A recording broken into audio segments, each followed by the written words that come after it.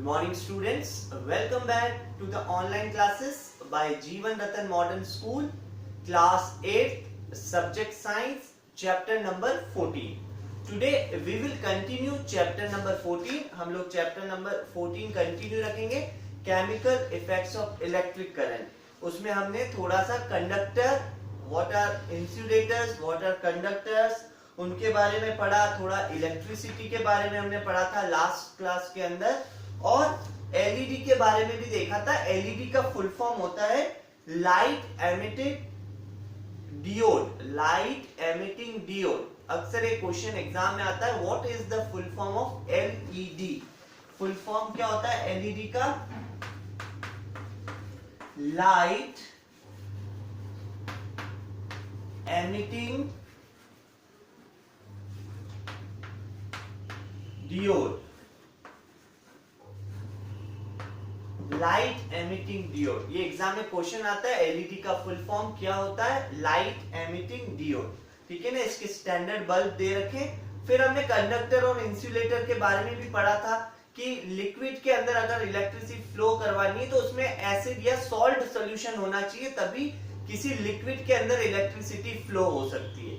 आज हम पढ़ेंगे chemical effects of electric current. So take out page number 254, chemical effects of electric current. देखो chemical effects of electric current क्या है? कोई भी लिक्विड है, अगर उसके अंदर इलेक्ट्रिसिटी का, इलेक्ट्रिक करंट का कंडक्शन कराना है, कंडक्ट कराना है, तो उसके लिए क्या करना पड़ेगा? उसके अंदर केमिकल कोई कॉमन सॉल्ट या एसिड वगैरह होना चाहिए। अगर उसमें इलेक्ट्रिक करंट कंडक्ट कराया है और उसी टाइम, उसी सेम टाइम के अंदर उसके अंदर कुछ केमिकल चेंजेस हुए हैं, उसी को बोलते हैं chemical effects of electric current. Okay, एक सिंपल एग्जांपल दे रखा है पेज नंबर 255 पर।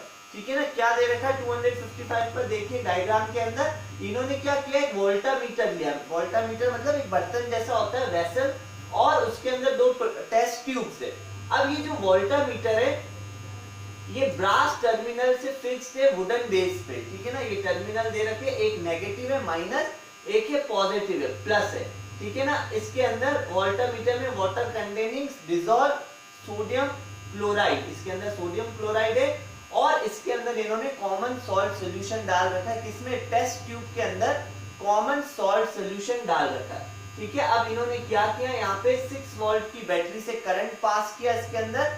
जब इसके अंदर करंट पास हुआ तो टेस्ट ट्यूब के अंदर क्या हुआ, जो नेगेटिव टेस्ट ट्यूब थी, the gas collected on a negative terminal, जो माइनस का जहां साइन दे रखा है, जो टेस्ट ट्यूब थी, जब इलेक्ट्रिक करंट पास किया तब ये माइनस का जो दे रखा टर्मिनल, वहां पे उसके अंदर हाइड्रोजन गैस के बबल्स बने, छोटे छोटे बबल्स बने, और ऊपर जाके चिपक गए टेस्ट ट्यूब पे, बबल्स बने। ठीक है, छोटे छोटे गोल goal like this,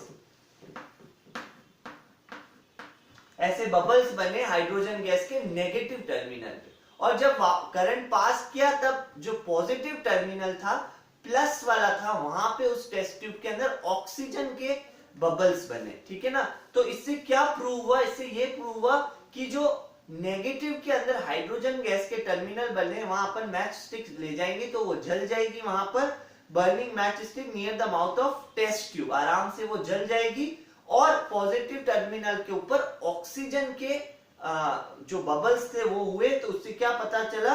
the gas collected on the positive terminal of the battery is oxygen gas, उसमें ऑक्सीजन गैस है।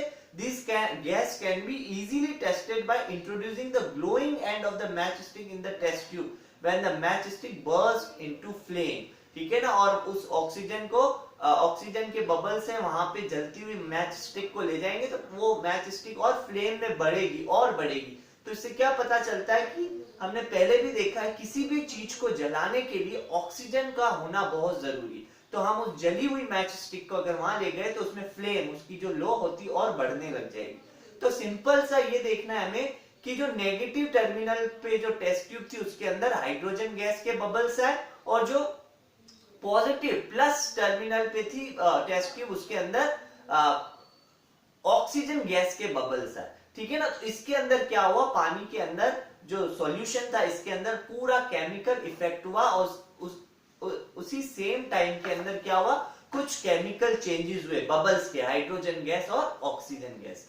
ये एक सिंपल हमने एक्टिविटी देखी इसमें केमिकल इफेक्ट ऑफ करंट में।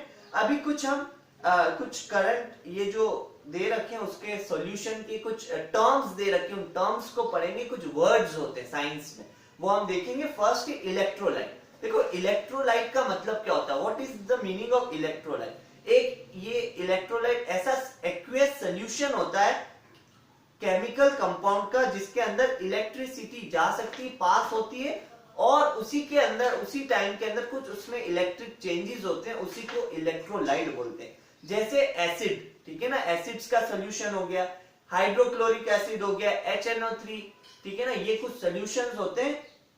या फिर सोडियम ऑक्साइड हो गया, ठीक है ना, ये बहुत सारे ऐसे सोल्यूशन है जिसके अंदर इलेक्ट्रिक करंट पास भी हो सकता है और उसमें कुछ इलेक्ट्रिक चेंजेस भी आ सकते हैं, उसी को हम बोलते हैं इलेक्ट्रोलाइट। ओके, नेक्स्ट है नॉन इलेक्ट्रोलाइट। नॉन इलेक्ट्रोलाइट ऐसे केमिकल कंपाउंड्स होते हैं जिसके अंदर इलेक्ट्रिक करंट पास नहीं हो सकता, कंडक्ट नहीं हो सकता, जैसे पेट्रोल, केरोसिन, ऑयल, ठीक है ना, वेजिटेबल्स ऑयल्स, ये सब होते हैं नॉन इलेक्ट्रोलाइट। फिर है इलेक्ट्रोलाइसिस। इलेक्ट्रोलाइसिस एक ऐसा प्रोसेस होता है जिसके अंदर केमिकल कंपाउंड सॉल्यूशन के अंदर इलेक्ट्रिक करंट पास होता है और कुछ इलेक्ट्रिक चेंजेस आते हैं, उस प्रोसेस को बोलते हैं इलेक्ट्रोलाइसिस। फिर है इलेक्ट्रोड्स। इलेक्ट्रोड्स क्या होती है, मेटल की, वायर की, प्लेट्स की रोड्स होती है जिनके अंदर इलेक्ट्रिक करंट एंटर होता है, उसको बोलते हैं इलेक्ट्रोड्स। रोड के जैसी होती है, प्लेट्स होती है वो।